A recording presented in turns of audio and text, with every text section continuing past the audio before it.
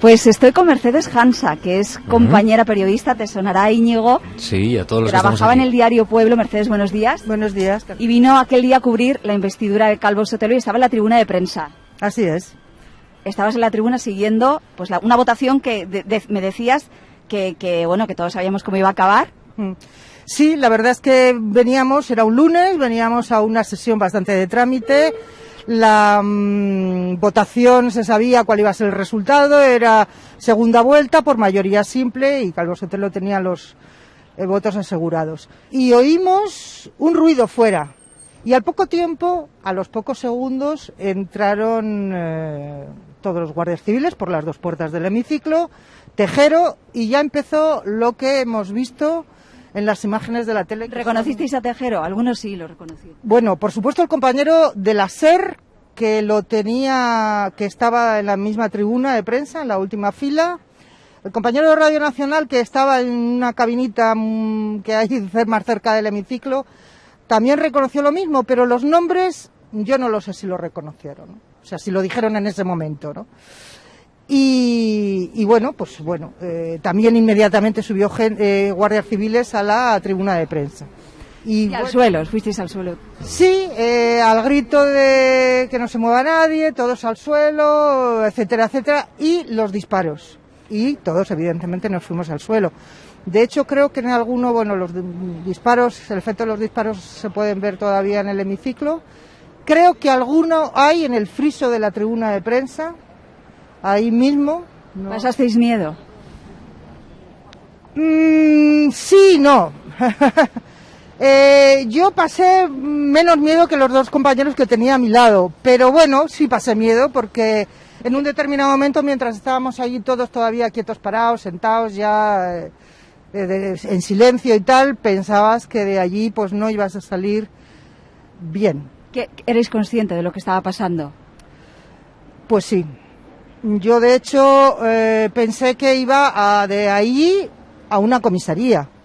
O sea, teníamos muy recientes, primero que el país, la situación política, la agitación y tal, era muy fuerte, ¿no? Y segundo, porque todavía teníamos en este país, determinadas generaciones algunas, muy metidos en la cabeza cómo fueron los golpes de Estado en Chile y en Argentina. Fueron de los años 70. Teníamos muy cerca el franquismo todavía, ¿no? ¿Cuándo salisteis? ¿Cuándo dejasteis la tribuna de prensa? Pues después de esos minutos de silencio, ellos empezaron a organizar, nosotros ya pudimos sentarnos, no nos dejaron hablar entre nosotros, vimos cómo del hemiciclo pues sacaban a una diputada que estaba embarazada, y después cómo salió Vandrés, etcétera, etcétera, en fin, cómo se fueron ellos comportando. Y yo creo que debió de haber pasado como una hora, pongamos una hora, desde las 6:20 aproximadamente que entraron hasta 3/4 de hora, una hora después. Y salimos por la puerta de atrás de Zorrilla, desde la tribuna de prensa, que se baja unas escaleritas y justo queda en la puerta hacia la salida de atrás del edificio antiguo del Congreso. Digamos que no nos dejaron atravesar a la parte nueva ni nos dejaron estar en el patio, fuimos como conducidos, ¿no?, por los guardias civiles. Y ya me fui al periódico. Y luego te viniste al Palace. Hasta el discurso del rey yo lo recuerdo estar en la redacción. Entonces, hasta que no salió el rey había cierta nervios, una situación tensa. Y bueno, los periódicos entonces, sobre todo ese periódico que era de tarde, también se entraba en talleres muy tarde, ¿no? Pero sí, yo recuerdo que después del discurso del rey nos vinimos algunos compañeros allí y estuvimos no en el Palace, sino en la plaza. La entrada al Palace ya fue más de mañana, ¿no?, cuando empezaron a salir los diputados, cuando los periodistas, yo creo que después de haber escrito cada uno sus crónicas, nos empezamos a concentrar aquí lo que había es, policía y la policía militar. Mercedes, muchas gracias por contarnos cómo lo vieron los periodistas aquel día. Gracias a vosotros. Íñigo, este es el punto de vista de una compañera periodista que vivió aquella tarde, que seguro que no olvidará nunca. Un abrazo. Gracias, Rosa, no lo olvidarán nunca. Ahora con Atibel Preciado, con Pedro Fernández Céspedes, con Miguel Ángel Aguilar, aquí en este Hotel Palace, probablemente en Natibel, después del 23F, viste de otra manera este hotel, ¿no? Y siempre que lo hemos visitado y revisitado los periodistas, pero para ti será muy distinto, claro. Fue un icono. También vi todo, la democracia diferente, Adolfo Suárez diferente, lo vi todo diferente. Fue un punto de inflexión, aparte de otras muchas cosas, estar tirada en el suelo el golpe del 23F. Sí. ¿Llegaste a pensar que iban a triunfar? En ese momento piensas en el instante, ¿no? Y piensas, es verdad lo que decía Mercedes, piensas en el estadio de Chile, nos llevarán a todos y nos meterán allí. ¿Cómo saldremos de esta? Teníamos un subfusil, creo que era, el capitán Muñecas apuntándonos a la cabeza, concretamente en mi caso, que me fui a un despacho que estaba vacío, que era el de Gómez Llorente. Resulta que allí aterrizaron todos los escoltas que iban armados y yo pensé, si ahora desenfundan aquí va a haber una ensalada de tiros y yo voy a morir como en una película del oeste, ¿no? Afortunadamente no cumplieron con su deber y entregaron las armas rápidamente, las pusieron en un rincón y no sucedió lo que yo temía. Pero sí pensabas que podía haber triunfado aquello en ese instante. Luego ya te vas dando cuenta de que estaba mal hecho, mal preparado, pero bueno, mucho después. Cuando estás en el suelo no te enteras de nada más que del peligro que estás corriendo con gente que estaba armada y con el dedo en el gatillo temblorosa. O sea, que sí, que yo lo pasé eran muy mal. jóvenes, ¿no? Además. Eran jóvenes, sí. Sí, yo al que más vi no le identifiqué en ese momento, pero sí luego la voz la he reconocido y además me lo contaron, era el capitán Muñecas. Eran muy jóvenes y vosotros también. Era Éramos muy como jóvenes. una misma generación que colapsaba en diferentes papeles en la historia. Sí, éramos muy jóvenes y estábamos absolutamente entusiasmados con el proceso democrático y muy enfadados con el proceso democrático. A la vez éramos muy rebeldes en esa época. Suárez, el pobre, tenía a todos los medios de comunicación en contra, izquierda, derecha, fascistas, golpistas, todos en contra, no solo a los medios de comunicación, tenía en contra a su propio partido, a la embajada americana, al gobierno de Reagan, a la Iglesia, a la COE, que estaba con Manuel Fraga, en fin, al rey. Y esa figura de Adolfo Suárez, que en ese momento estábamos todos también muy críticos con él, al cabo del tiempo yo me reconcilié absolutamente con esa figura desde el momento en que se quedó de pie, con un valor fuera de serie, cuando solamente se quedaron de pie Carrillo, Gutiérrez Mellado y él, y supimos pues que dimitió e impidió con su dimisión que triunfara un golpe, provocó este golpe fantoche, porque era una fantochada, pero impidió que triunfara el golpe blando, que era el del general Armada, que hubiera sido un gobierno, a mi modo de ver, antidemocrático. Miguel Ángel, le decías a Mercedes Hansa, pero no te ha escuchado. Yo sí que identifiqué a Tejero, eso lo escribes en tus memorias. Sí. Nosotros había muy poca gente en la tribuna porque había empezado ese momento tedioso de la votación nominal por llamamiento. Iban llamando a los diputados a partir, no sé si fue de García Margallo, el siguiente, elegían una bolita con un número y a partir de ahí, para que evitar privilegios alfabéticos. El sistema de insaculación famoso en el Congreso. Que no, siempre se empieza por la A, ¿no? Sí. Bueno, pues no, pues empezó por la G. Entonces habían votado exactamente 80. Llegaban a Núñez en Cabo, que dijo que no. Y en ese momento, lo que escuchamos desde la tribuna, lo que yo escuché era fuego, fuego, era al suelo, pero después de algunos ruidos y tal, las puertas batientes se giraron y apareció Tejero tan valeroso con la pistola. A mí cada vez que se dice que los diputados se echaron al suelo, yo he dicho siempre, me dan a mí la pistola de Tejero y le llevo yo a rastras hasta la Puerta del Sol, reptando. O sea, amenazar a una gente inerme y que la gente inerme tenga el reflejo elemental de cubrirse, eso es cobardía. La cobardía es la de Tejero. Cobarde imposible. Pero bueno. Incluso llegó a decir, paren de disparar o parad de disparar porque podemos dar a uno de los nuestros, ¿no? Que esto es casi lo más ofensivo que se puede escuchar dentro del Congreso de los Diputados. Pero fíjate una cosa, ahora volvemos a eso. ¿Cómo se refleja esto? Que se ha pasado muy inadvertido. ¿Cómo se refleja todo este asunto en el diario de sesiones del Congreso? Hay un diario de sesiones del Congreso que corresponde al 23 de febrero. Nos lo han contado a las 9, hemos estado con la taquígrafa. Sí. ¿Y qué dice de todo esto el diario de sesiones? Un parrafito. ¿Os lo ha dicho? Sí. Que es ¿qué parrafito es? Eso que se llama acotaciones. Acotaciones que hacen los taquígrafos. Y es genial, porque eso está redactado el mismo día 23, o sea, se publica el 25 este asunto, pero porque antes no hay tiempo, el 24. Y como está todavía un poco la pelota en el tejado, fíjate lo que dice. Después de recoger la votación de Núñez en Cabo, el no, hay en letra cursiva y entre paréntesis este texto. En este momento, y cuando eran aproximadamente las 18 horas y 20 minutos, tras escucharse en el pasillo algunos disparos, no sé cómo sabían que eran disparos, pero bueno, supuse, y gritos de fuego, fuego, y al suelo todo el mundo, y ahora verás, irrumpe en el hemiciclo un número elevado de gente armada, esto es interesantísimo, gente armada, y con uniforme de la Guardia Civil. No dice que irrumpen guardias civiles, dice que irrumpe gente armada con uniforme de la Guardia Civil. No vaya a ser... Y qué descripción más desapasionada, ¿no, Pedro? También. Sobre todo como si estuviéramos qué objetividad. Hablando con Cornejo, ¿comprendes? El de los disfraces. Cuando hay precisamente... Gente armada y con uniforme de la Guardia Civil. Pero esto, por cierto, es claramente... le falta un dato muy elemental.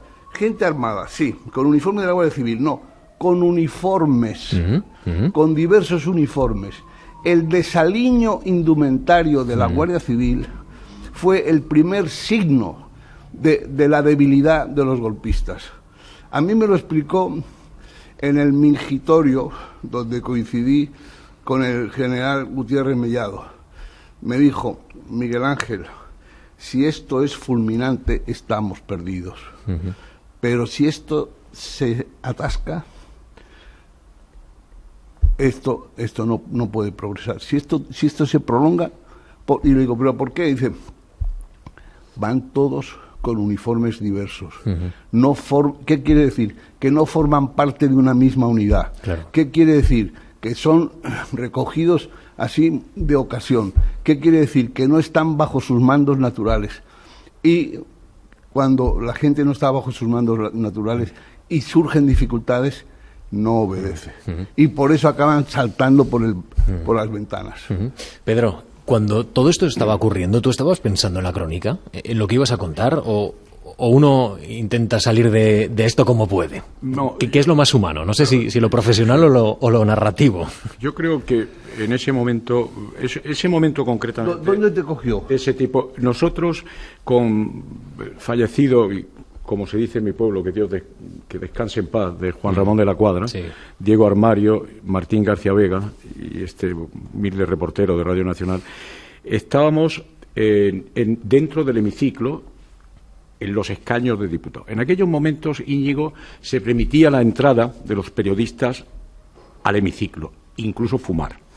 Nosotros tenemos en el Congreso de los Diputados, no es propiedad de Radio Nacional, un habitáculo al que se accedía por una escalera de caracol y luego ese habitáculo tenía una comunicación tan directa que era una puerta que daba paso a la fila superior de los escaños del Congreso. Ahí nos permitían estar.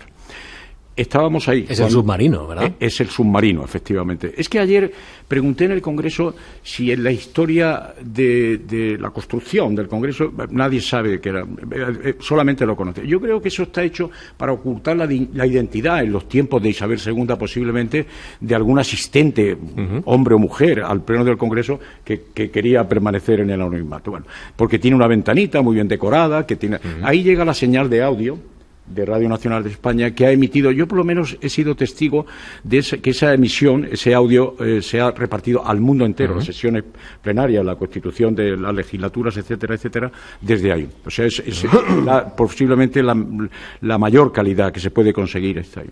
Y eso se repartía al resto de las emisoras. Estábamos ahí, Juan Ramón de la Cuadra, al micrófono, porque no se puede abandonar, con el compañero técnico, en una votación que durante ese momento, llamado por nombre, pública, pues hombre, es un momento de relax. No estaba pensando en la crónica, porque teníamos que tener de alguna manera el material escrito, que conseguíamos, ¿no?, en los pasillos, es decir, con las entrevistas posteriores. Sí, porque sabíamos que iba a salir adelante. Oímos el ruido. El resultado estaba descontado, estaba en el porque guión. ya había hado mayoría simple en la votación anterior. Lo que pasa es que la votación anterior, esa mayoría simple no valía para esa primera votación. Claro. Pasaron 48 horas, que es lo que marca el reglamento de la Cámara. El Andenino Lavilla no lo llevó el domingo, fue el lunes, 23 de febrero, fue así, y entonces estábamos en ese momento, era un momento de relax, por decirlo de alguna manera. Iros al bar, dime la verdad. No. Sí. El bar se fueron los guardias civiles que lo dejaron vacío. Sí, menuda minuta dejaron. No, pero quiero decirte, más de 7.000 euros. Cuando el asalto... Sí. Los periodistas se habían marchado de la tribuna de prensa, no quedaba más que...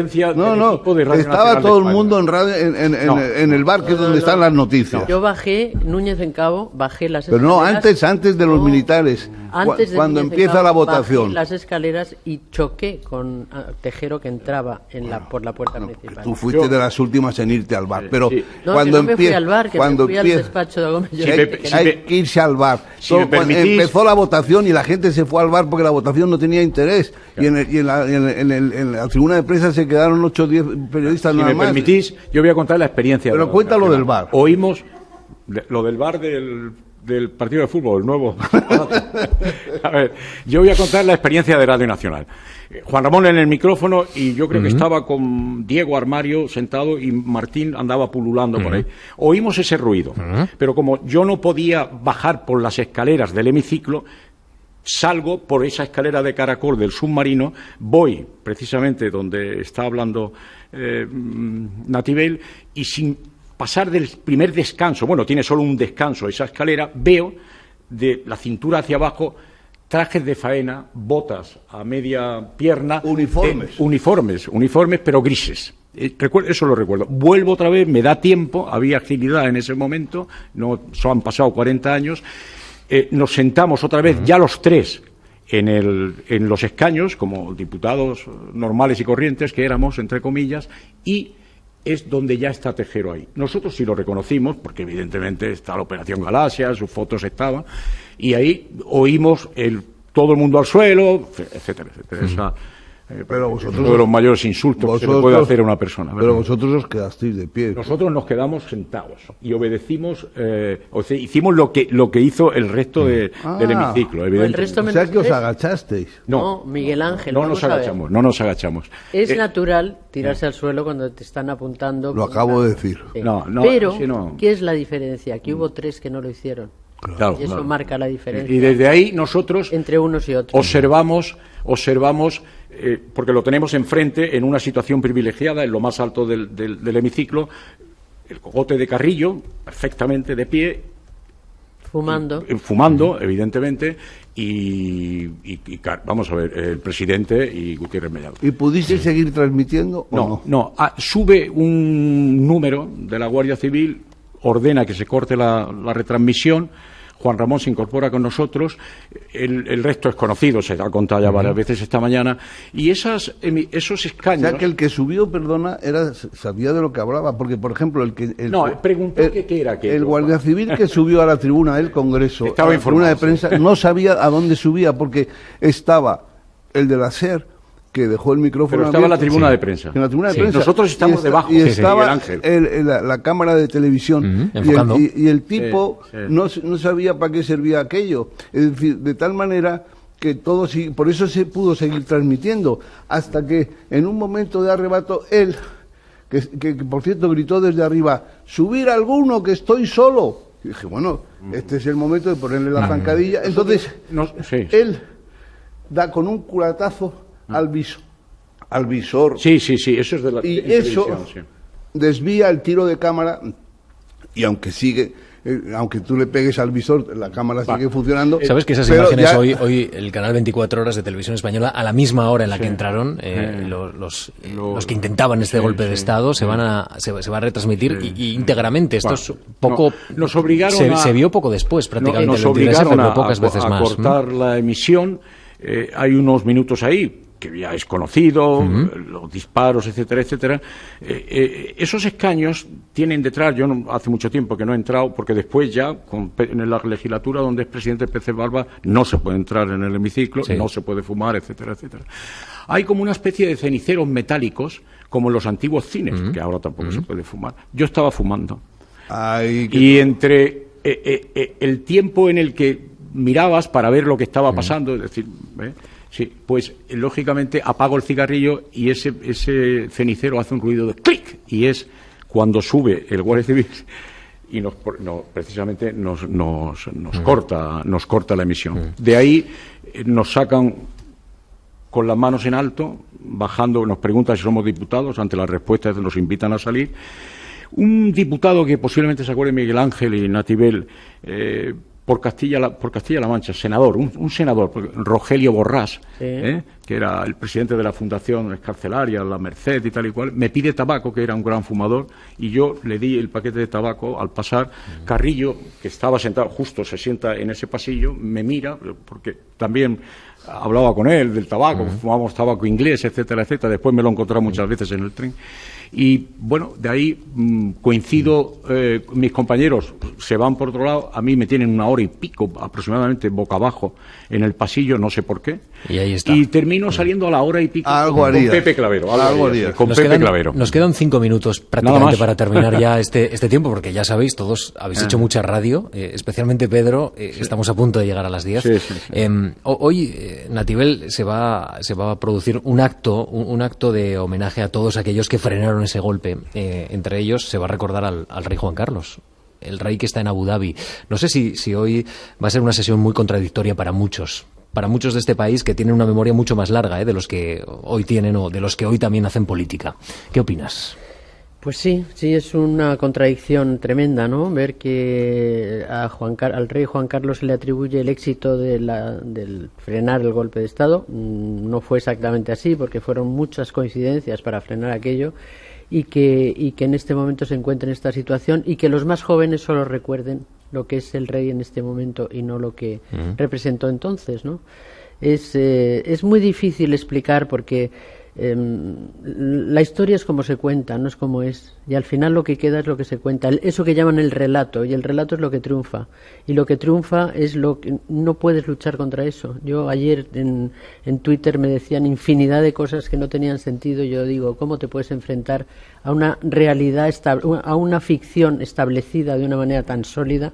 No puedes desmentirlo, no puedes hacer nada por decir, oye, yo lo vi, yo sé lo que fue, yo estuve allí, Natibel, además, tengo mi versión. Ha venido a esta tertulia con portadas de la época. No, era la crónica que yo escribía al día siguiente. Las portadas, en fin. Sí. Entonces es muy difícil luchar contra eso, por más que tratemos de contar cómo fue la historia, los que fuimos testigos desde un lugar privilegiado de lo que fue aquello. Bueno, a mí me parece casi inútil, fíjate, insistir en eso. Miguel Ángel, ¿también sientes esta desazón? ¿Crees que no merece la pena? Yo creo que mereció la pena. Yo estoy orgulloso de lo que hicimos, y yo creo que el rey Juan Carlos tuvo un papel absolutamente decisivo. Es decir, recibe un ejército franquista, hay que darle la vuelta. Las Fuerzas Armadas no eran en ese momento, no formaban parte de la defensa, formaban parte de la amenaza nacional, y el que hace esa vuelta de tuerca es el rey Juan Carlos. Y luego, pues, en fin, le habrá gustado el dinero, o las mujeres, o lo que sea, pero eso es así, y no hay quien le dé la vuelta. Y reescribir la historia desde sus irregularidades o su ilegalidad, y ennegrecer el pasado, no. El rey ahí estuvo donde tenía que estar, y fue básico lo que hizo, decisivo. su aparición en uniforme de capitán general. Y bueno, que tenga otra idea que la diga, pero vamos, para mí no cabe absolutamente ninguna duda. Pedro, ¿crees que hay un intento de reescribir las cosas como ocurrieron realmente? Siempre, en cualquier hecho histórico, pero yo creo que hay que esperar a que se pose el bicarbonato. Pero en este caso creo que casi todo está contado. Todo. Y casi todo. Casi todo. Siempre hay cabos sueltos. Falta una cosa importantísima para la radio, precisamente, que son las 92 horas de grabaciones que mandó hacer Francisco Laína, de todas las conversaciones que se tuvieron dentro del Congreso, de las que yo fui testigo sin entender lo que estaba pasando, porque estaba justo al lado de la pecera donde se estaban celebrando esas conversaciones, Tejero gritando. Supe luego que estuvo Suárez allí, habló con Milán, habló con mucha gente, allí se hablaron muchas cosas y eso ha desaparecido, no se sabe dónde está. Yo creo que irrelevante. Irrelevante, Nativel, hazme caso. No, te hago caso, pero en fin, yo tengo otra visión. Vale. Yo creo que las muchas versiones que se han contado sobre este hecho histórico, que una cacicada más, un golpe de Estado más, el siglo XIX está lleno de pronunciamientos militares. Yo creo que dan más fuerza, refuerzan la creencia de que lo que conoce la sociedad española en 2021 se ajusta bastante a lo que en realidad ocurrió. Porque normalmente cuando se trata de reescribir y de manipular la historia es cuando aparecen historias fantásticas en torno al mismo tema. A mí lo único que me preocupa, ya como periodista, jubilado, etcétera, y como ciudadano español, es el futuro. Porque la historia sin futuro tiene, Íñigo, un valor muy escaso. Es decir, las nuevas generaciones. Voy a contar solamente una anécdota de 10 segundos. Pedro, es importante que conectemos con el pasado y el... una anécdota de 10 segundos. Es decir, no hay... las nuevas generaciones lo conocen, como se ha visto esta mañana. Me decía uno de mis hijos que en lugar de empezar la disciplina de historia en el bachiller, cuando él estudiaba, tiene hoy 36 años, podían haber empezado, en lugar de empezar por los romanos, podían haber empezado por el 23F y acabar por los romanos. Pedro Fernández Céspedes, gracias. Muchísimas gracias. Nativel Preciado, gracias también. Gracias a ti, Íñigo. Y Miguel Ángel Aguilar, gracias. Ha sido un placer compartir con vosotros unos minutos de historia y de radio.